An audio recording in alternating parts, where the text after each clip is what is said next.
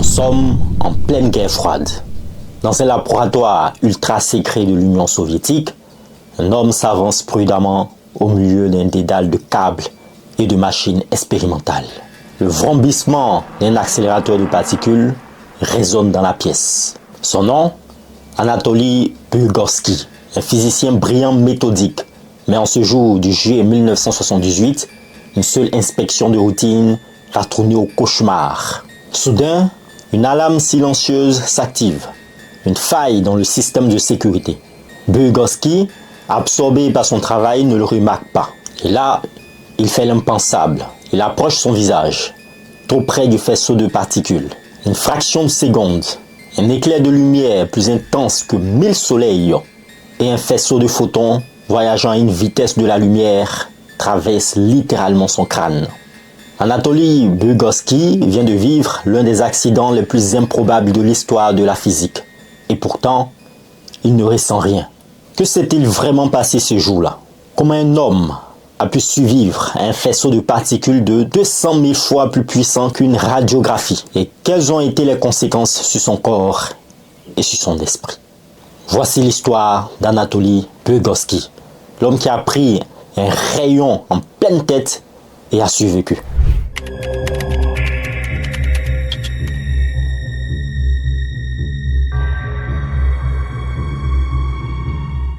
Nous sommes en 1978, une époque où le monde est divisé en deux blocs. L'Est dominé par l'Union soviétique et l'Ouest sous l'influence américaine. La guerre froide bat son plein et les deux superpuissances s'affrontent sur tous les fronts, militaires, spatial et scientifiques. Après avoir marqué l'histoire en envoyant le premier homme dans l'espace, l'URSS continue d'investir massivement dans la physique des particules. Son but, comprendre les secrets de l'univers, mais aussi développer de potentielles applications militaires et industrielles. En Occident, le CERN en Suisse et les laboratoires américains multiplient les expériences sur la physique des hautes énergies. Les soviétiques, eux, ont leur propre programme secret, à l'abri des regards indiscrets. L'un de ces laboratoires est l'Institut de physique des hautes énergies de Protvino, à une centaine de kilomètres de Moscou. C'est ici qu'est construit un monstre technologique de 21 km de circonférence.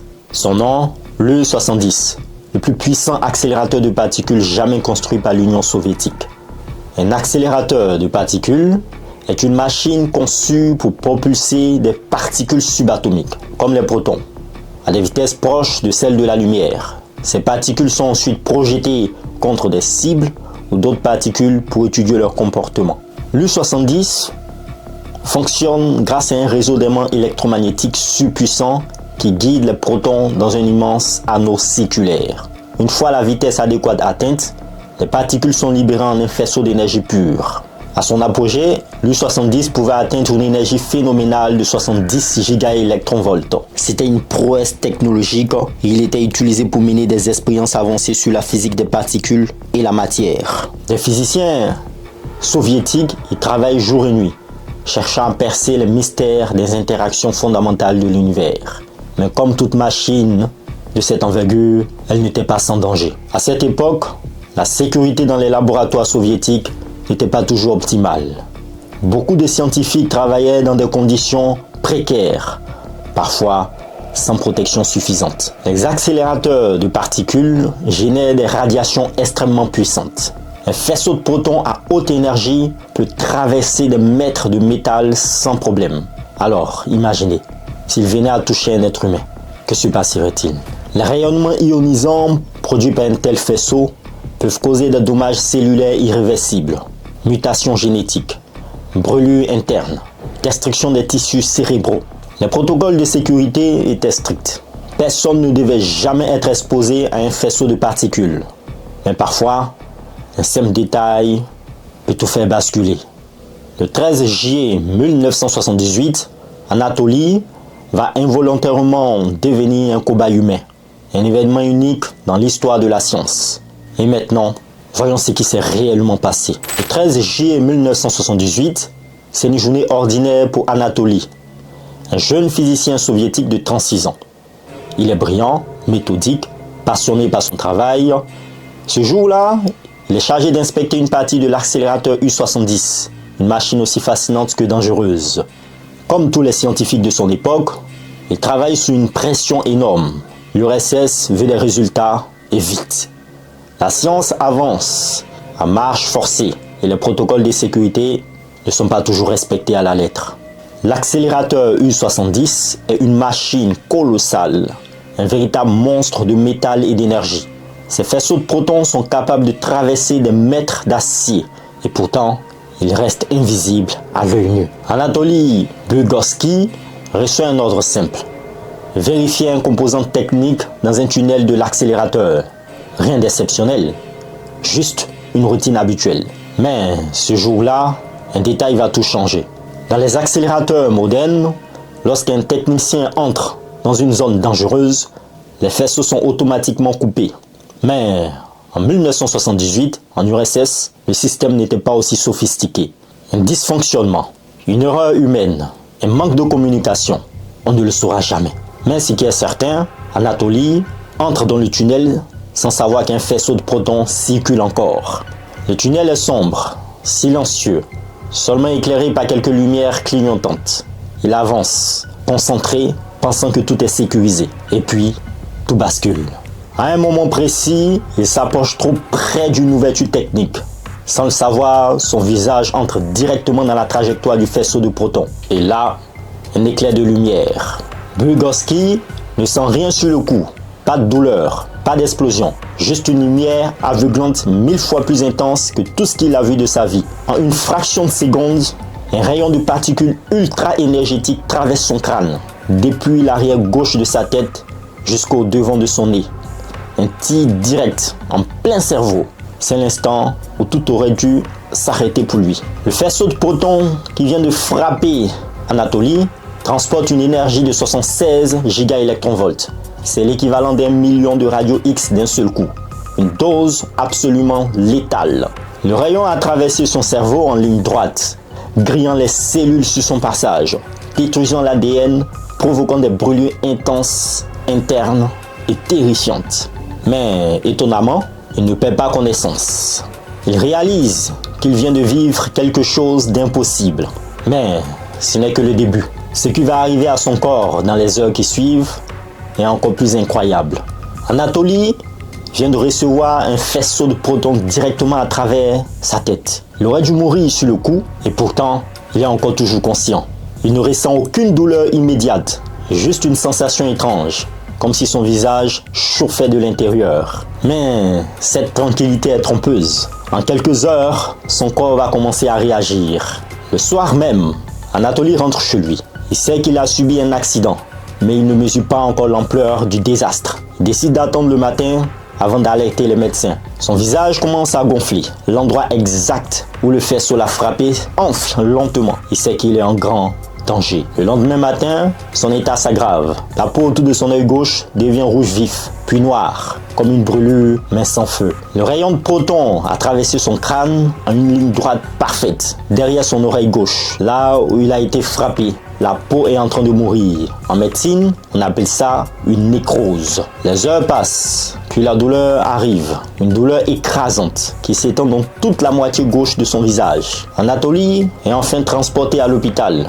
Les médecins soviétiques découvrent alors une scène qu'ils n'auraient jamais imaginée. Lorsqu'ils apprennent qu'il a été exposé à un faisceau de protons, les médecins sont stupéfaits. Une telle exposition aurait dû le tuer immédiatement et pourtant, il est encore là en train de leur parler. Les médecins calculent alors la dose de radiation qu'il a reçue. Résultat, plus de 2000 à 3000 grises sur le trajet du faisceau. Une dose qui dépasse l'entendement. En temps normal, une exposition de 5 grises est mortelle pour un être humain. Anatoly a reçu des centaines de fois cette dose, concentrée en un point précis. Ils sont certains qu'il va mourir dans quelques jours. Les jours passent, puis les semaines. Mais contre toute attente, Anatoly ne meurt pas. Les brûlures sur son visage s'aggravent, mais il survit. Cependant, un phénomène étrange commence à apparaître. La partie de son visage exposée au faisceau est devenue paralysée. Il ne peut plus bouger son œil gauche. Son expression reste figée, comme si une moitié de son visage était sculptée dans la pierre. Et ce n'est pas tout. Lors des examens médicaux, les médecins découvrent quelque chose d'encore plus fou. Son cerveau fonctionne toujours, mais différemment. La zone endommagée n'est pas totalement morte. Des connexions se reforment ailleurs. Son esprit compense la perte. Vygotsky reste lucide, capable de parler et de penser normalement. Il a survécu à l'imaginable.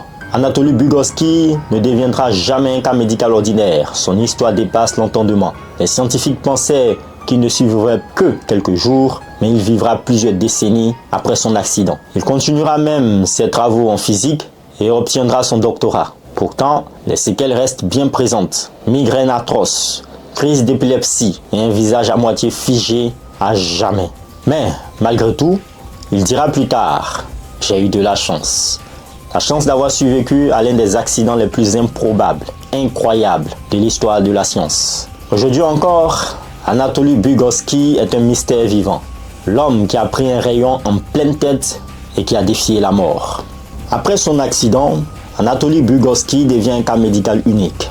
Mais étrangement, son histoire ne fait pas grand bruit. Pourquoi? Nous sommes en pleine guerre froide. L'Union soviétique contrôle strictement la communication sur tout ce qui concerne la science nucléaire et les accidents. Il est impensable d'admettre qu'un incident aussi grave s'est produit dans l'un de leurs laboratoires. L'information est classée secrète. Pendant des années, presque personne en dehors du cercle scientifique ne sait qu'un homme a reçu un faisceau de protons en pleine tête et a survécu. Mais si l'État veut l'oublier, lui, il doit continuer à vivre avec les conséquences. Vygotsky ne s'arrête pas là. Malgré ses séquelles, il refuse de quitter le monde scientifique. Il reprend ses recherches, soutient même sa thèse et obtient son doctorat en physique des particules. Un véritable exploit quand on sait qu'il a traversé un enfer biologique. Mais son corps ne le laisse jamais oublier l'accident. Il est sujet à des migraines chroniques, parfois insupportables.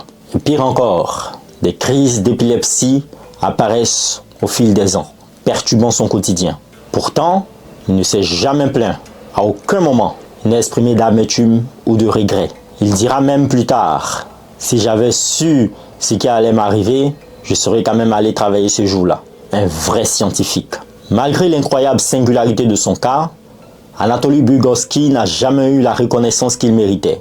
Les Occidentaux n'entendent parler de son accident que des années plus tard, après la chute de l'URSS. Trop tard pour en faire une grande étude scientifique. Aujourd'hui encore, peu de personnes connaissent son nom et son histoire. Et pourtant, il reste l'un des seuls humains à avoir survécu à une exposition directe aux protons et à en ressortir non pas indemne, mais vivant. Il a continué à enseigner, à étudier et à vivre aussi normalement que possible, jusqu'à sa retraite loin des projecteurs. Aujourd'hui, nous avons le LHC, le plus puissant accélérateur de particules du monde, construit par le CERN. Les chercheurs savent mieux que jamais à quel point ces machines sont puissantes et dangereuses. Mais il existe un homme, un seul, qui a ressenti cette puissance dans sa propre chair. Anatoly Vygotsky, l'homme qui a défié la science. Anatoly Vygotsky n'est pas simplement un homme qui a survécu. C'est un homme qui, par son expérience, nous a fait réfléchir à la frontière fragile entre la science et le destin. Il aurait pu mourir sur le coup, mais comme beaucoup avant lui, mais il a survécu. Pourquoi lui et pas un autre? Pourquoi certains scientifiques acceptent de prendre des risques, bien que conscients des dangers? Dans le monde de la physique, tout est question de probabilité. Le hasard, parfois, peut nous sauver, parfois, peut nous détruire. Le cas de Vygotsky soulève une question fondamentale. Jusqu'où l'homme est-il prêt à aller pour repousser les limites du savoir? Et quelle est la responsabilité morale de la science face à ses propres découvertes? Ce qui marque, au-delà de la science et des technologies, c'est l'énorme résilience humaine dont il a fait preuve. Anatoly ne s'est pas laissé définir par son accident.